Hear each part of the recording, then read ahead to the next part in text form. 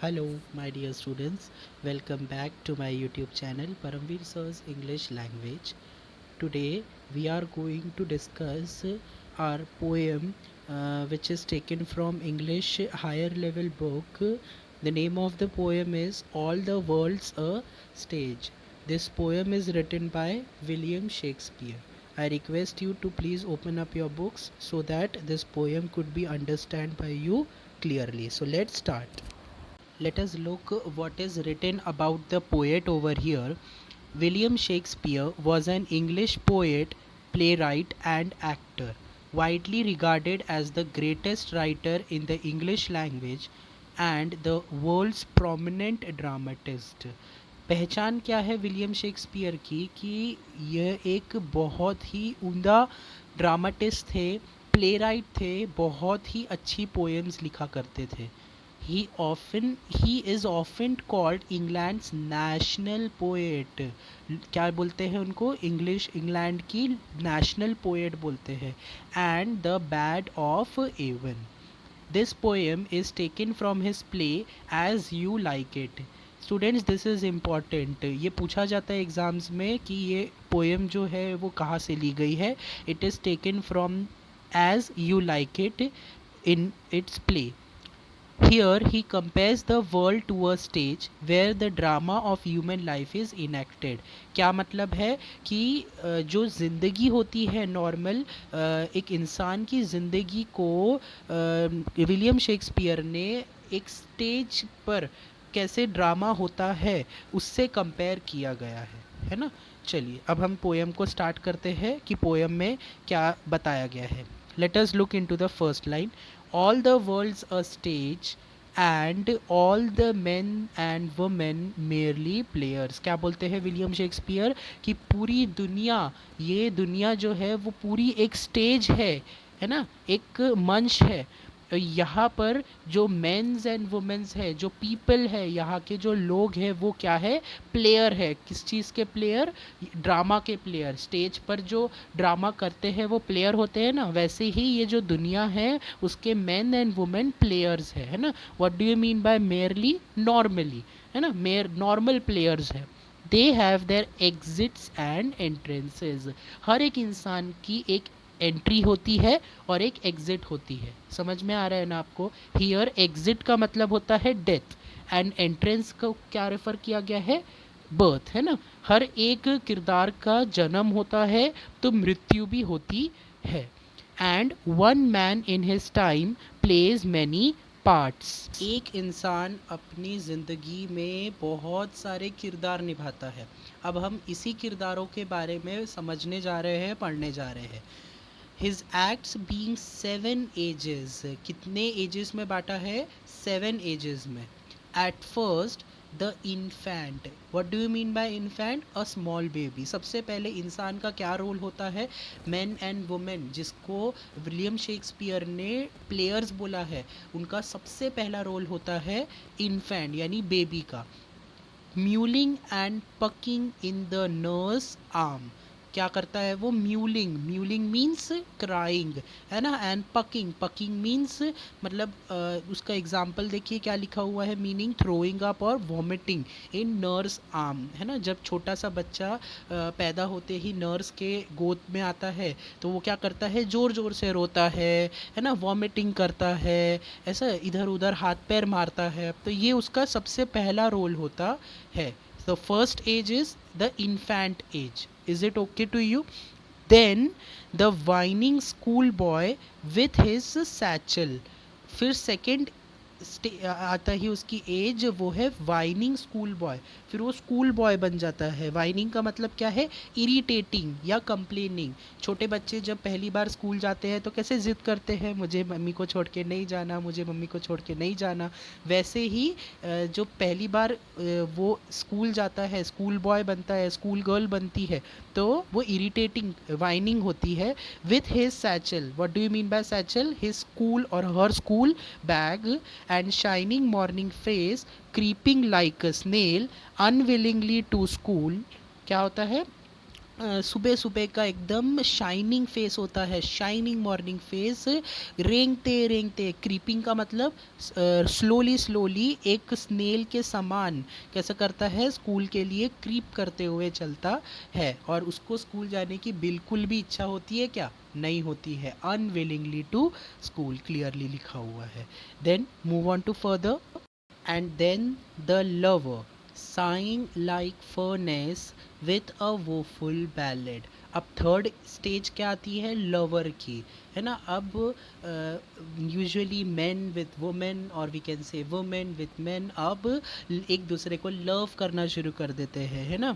Saying like furnace, एक flame, what do you mean bye flame, आग की चिंगारी के समान फड़कते रहते हैं। With a woeful ballad means उनके मन में बहुत सी शायरिया, सैड सॉन्ग्स ये सब चल रहे होते हैं एक दूसरे को देखकर।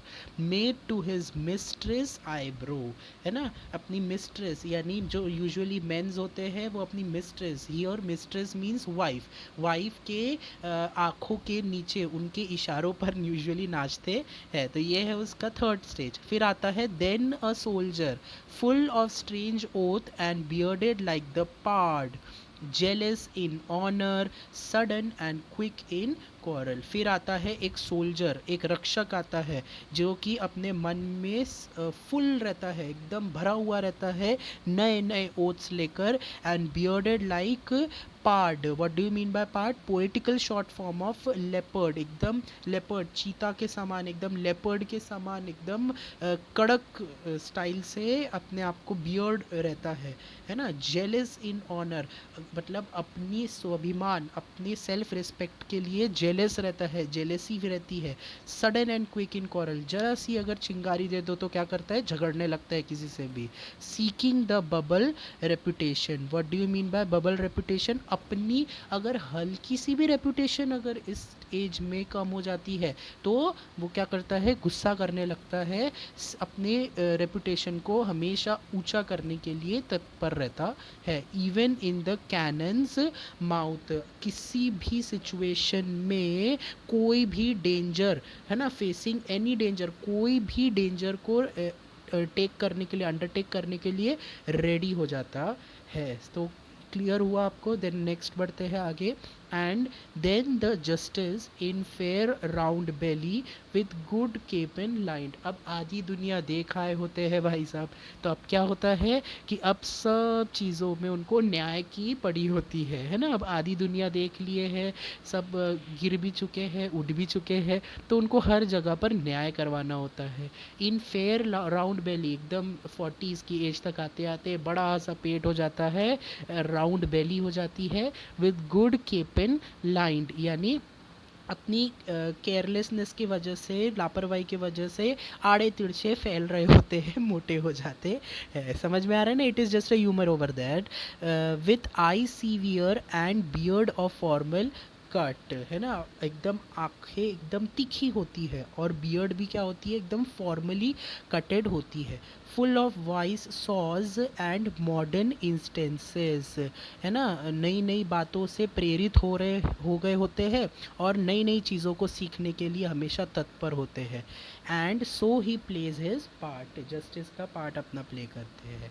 सिक्स्थ एज की बात क्या कर रहे हैं, the sixth age shifts into a lean and slippered pantaloon. अब भाई साहब मोटे से जस्टिस करते करते धीरे धीरे पतले, लीन का मतलब स्लिम, है ना, स्लिम थिन बन जाते हैं। अपनी पैजामा, पैंटलून मीन्स पैजामाज, और पैंट जो है वो उनकी कमर से घसर रही होती है है ना। With spectacles on nose and pouch on side, अपनी आँखों पर चश्मा लगाए होते हैं। हिसाब किताब की जो थैली होती है, वो पाउच होता है, वो तो हमेशा अपने बाजू में ही रखे होते हैं। His youthful hose well saved lived a world too wide, है ना. यूथफुल होर्स का मतलब close fitting covering for legs, एकदम टाइट टाइट टाइप कपड़े पहनना, है ना, ये सब एज में करते हैं. For his shrunk shank and his big manly voice, अब तक बहुत बड़े हो गए होते हैं, है ना. नॉर्मली मेन रहे या वुमेन रहे, उनकी आवाज़ जो होती है वो पूरी टूट टाट फट फुट गई होती है. और क्या होता है, एकदम कड़क आवाज़ में, कोई भी चीज़ में कड़क आवाज़ से बोलते हैं with a big manly voice. Okay. Turning again toward childish treble pipes and whistles in his sound, है ना. क्या होता है, एकदम अब धीरे धीरे वो बुढ़ापे की तरफ, बुढ़ापे को हम दूसरा बचपना बोलते हैं, दूसरे बचपने की तरफ, अगेन टूवर्ड्स चाइल्डिश ट्रेबल, है ना. क्या करता है, एकदम धीरे धीरे वीक होने लगता है, बच्चे समान हरकतें करने लगते हैं. Pipes and whistles in his sound, last scene of all that ends this strange eventful history. अब आता है लास्ट स्टेज जो कि इस पूरे 7 एजेस को ख़त्म करता है. is second childishness and mere oblivion, sans teeth, sans eyes, sans taste, sans everything. अब आता है बुढ़ापा, जिसको पोएट ने क्या बोला है, सेकेंड चाइल्डिशनेस एंड मियर ऑब्विलियन, यानी उस स्टेज पर किसी को कुछ अवेयर ही नहीं रहता है कि मेरे आसपास क्या हो रहा है, क्या नहीं हो रहा है ना. सब चीज़ जो है वो सैंस हो जाती है, विदाउट हो जाती है. ना ही दांत होते हैं, ना ही आंखें अच्छी चलती है, ना ही मुंह पे स्वाद होता है, हर चीज़ जो है वो सैंस हो जाती है. तो इसके साथ पूरी इंसान की जो जीवन है वो ख़त्म हो जाता है. बहुत ही सुंदर तरीके से विलियम शेक्सपियर ने क्या किया है कि ह्यूमन लाइफ को स्टेज पर शो करवाया है, अपनी ह्यूमन लाइफ को 7 स्टेजेस में बांटा है. इसके ऊपर बहुत सारी एक्टिविटीज़ आती है स्टूडेंट्स. इस एक्टिविटीज़ की प्रैक्टिस करना बहुत इम्पॉर्टेंट है. I end up with this poem over here. I know this poem has many of the difficult words. मैंने काफ़ी डिफ़िकल्ट वर्ड्स को लेने की कोशिश की है, but still if you feel that any of the difficult word is not taken according to you, you can easily WhatsApp me. My WhatsApp number is always given on my video description. Okay. I hope you understood this poem. If any doubt, you can also comment me. Okay students, happy learning. Thank you. Bye bye.